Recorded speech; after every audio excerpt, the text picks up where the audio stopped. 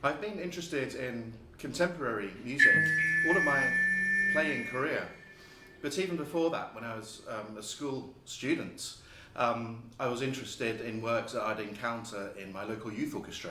For example, in my case, that was the Enfield Young Symphony Orchestra in North London. And I remember a piece by a composer called Colin Hand called Lincoln Triptych, and that really intrigued me for its modern style. After that, I increasingly got to know modern music and the repertoire.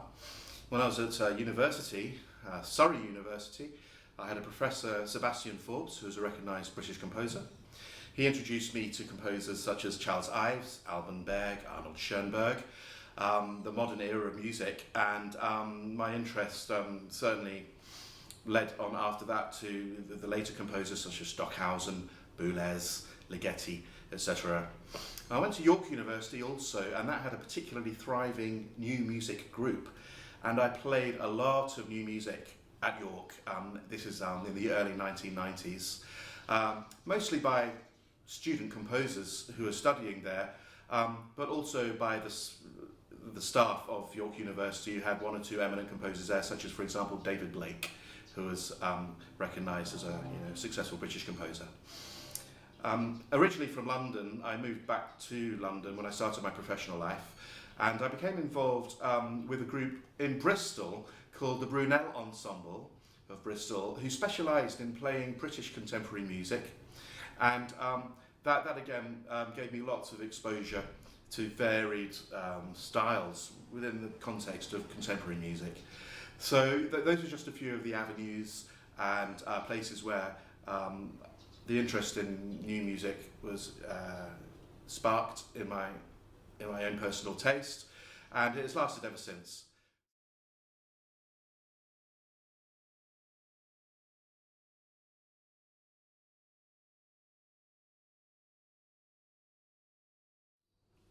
Some notable clusters allows a lot of freedom for expression from the solo viola player, and the fact that it is a solo part as opposed to playing the instrument in a section it makes a big difference, and there's complete freedom from all points of view in terms of the rhythmic delivery. Other aspects that I've enjoyed particularly are exploring the microtonal, often expressed as quarter tones, aspect of some notable clusters, and that's something that I haven't actually done for quite a while. Just referring back to my student days at York in particular, I would have done a lot of new music which used quarter tones, but a lot of my orchestral experience since then has been playing, yes, modern music, but not totally cutting edge contemporary music. So again, getting back into that style of tuning has been an enjoyable thing for me to do. Also very enjoyable are the bow techniques, as well as playing lyrical bowed arco, often, as I've come to know them, very tuneful passages in this piece, albeit in its not functional tonality realm. The use of other bow techniques such as colliegno, spiccato and staccato has been something which I've enjoyed very much.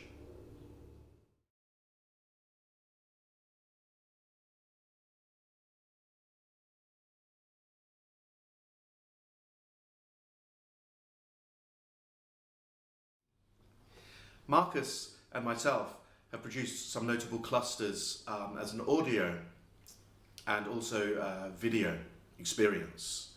The audio, of course, on its own focuses all of your attention on the music itself, and there's so much detail in the score of this piece that you will probably experience more of that than the experience of watching the videos, where your attention is split between the audio and the visual, and there are, again, likewise a lot of visual content to hopefully enjoy and be stimulated by in this piece. So there are two very different experiences, and thoroughly recommended to immerse yourself in both of those. In terms of the sound of the orchestra, the composer Marcus has created a huge range of sonorities and timbres, as well as the traditional Western instruments that he uses in the brass section, the woodwind section and the percussion section. He also uses an electroacoustic layer, and as well as the solo viola itself. On top of that, he's used 3 Thai instruments which have their own very individual sounds. A klui, which is a Thai flute, a pinai, which is a Thai oboe, and a Thai ritual drum. And also, in addition to all of that, there are 2 electric Fender guitars. So the overall soundscape of this piece is certainly very original and also very wide-ranging. So there's certainly 2 very substantial ways there which will give you an into the sound world of some notable clusters.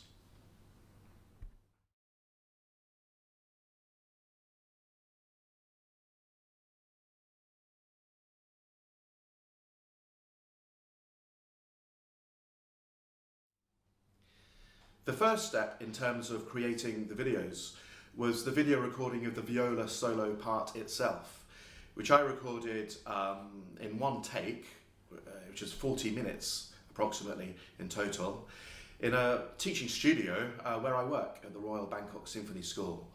And when you watch the video, the way that I framed the shot with the viola player in the centre on his own, myself, the windows behind me and the curtains which are on the left and right side of the windows, and the symmetry of the room as a whole, we looked at it and realised that it was quite a good representation of what it might look like in the cockpit of a spaceship. After all, the journey that I'm taking throughout this piece, the imaginary journey, is in outer space as a traveller, a viola traveller in this case. That was the first step. Then we had the idea of using images, moving images and still images, to reflect what we felt in the music. And I had my own ideas, and Marcus had his own ideas, and we exchanged them. And that stimulated a whole other collection of ideas. And we had a lot of fun, but it was also very hard work to really make full use of that potential. I used the iMovie program on my MacBook Pro, and we've tried to explore as fully as possible all the effects that you can get with this program. For example, the Ken Burns effect, which is something that has been seen and used in TV and film work for decades, is where a particular framed shot can either zoom in or zoom out at a slow speed or a fast speed, for example. So Ken Burns is something we used copiously throughout these 9 videos. And the other effects, such as lighting, you can either have a sepia effect on your picture, or a chrome effect, or a dark light, or a night scene lighting effect. We used these all at certain moments to try and represent what we were feeling in the music. And of course, the iMovie program has many other features as well, which it's impossible to go through all of those one by one now. So, what is my favourite moment in terms of the video and music together in all of these 9 videos? There are many, but there's one which springs to mind, which is in Cat's Paw Nebula, which is the 5th piece. And at the start of that, the image we had was of a lion roaring. Obviously, at that time of the day when the lion was sleeping or just about to go to sleep, it was one of those roars, or yawns probably, more like. And that was suggested by the way that the music was unfolding. The music had just this gesture which had an arc to it, which rose in musical terms, in terms of pitch, and then fell down to the section of the orchestra, which I think was covered by a contrabassoon, low-sounding piano keyboard, baritone saxophone, and trombones. And just this effect, this sonority, that timbre together, suggested that image, and we put them together, and lo and behold, we thought that was an absolute perfect moment in terms of the videos.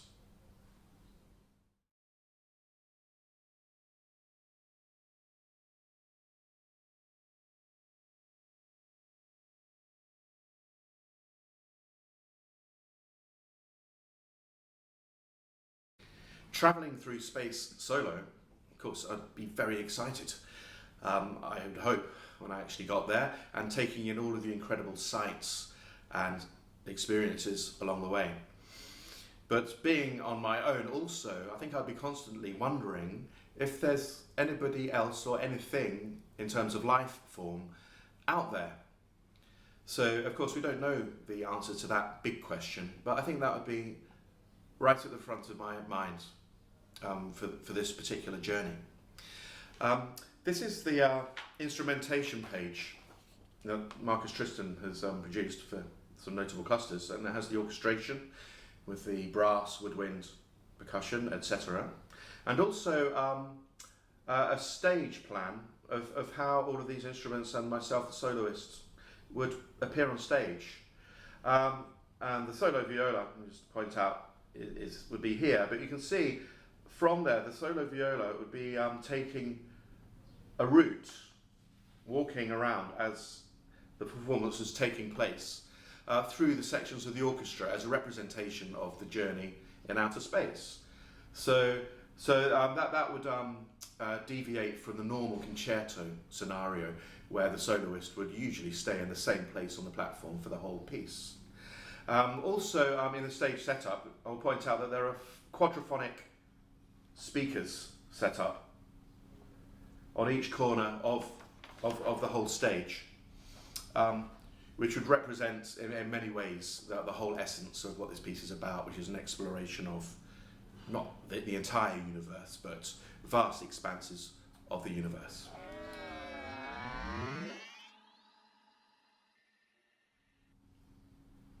There are many things I would like to take apart from the viola itself, and of course the viola bow, and probably the score also, because although I might memorise this piece of music in a few months, maybe from now, that's actually a big ask. So I think I might even need the music itself to read as I'm in outer space, living out this piece.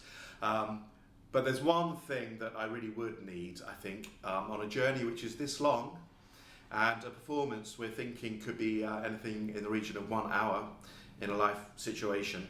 But in outer space, I'd absolutely need a set of spare viola strings. And we have a C string, a G string, a D string, and an A string. Any of those could break at any moment, not least in the black hole in Virgo, I'd expect. So I'd always be ready, as every string player is, and prepared for any possible string change.